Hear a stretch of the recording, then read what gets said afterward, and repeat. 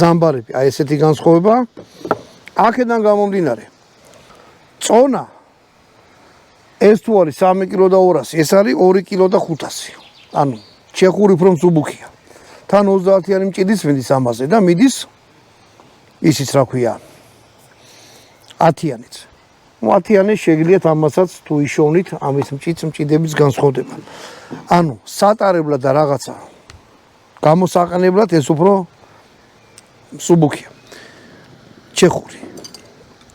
აქ აი ესეთი დეტალი ჩეხურს ყველაზე მძიმე დეტალი არის აი ეს. ამაში არის დამტყმელი მექანიზმი, აი ამაში. ესეც შეგიძლიათ დაშალოთ და მეტი არაფერი არ არის.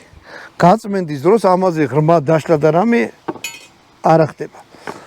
ამიტომ ზოგი რო ადარებს ხოლმე კიდევ ერთხელ მინდა გავმეორო, ამ ორ იარაღს პრინციპიალურად განსხვავდება ერთმანეთისგან.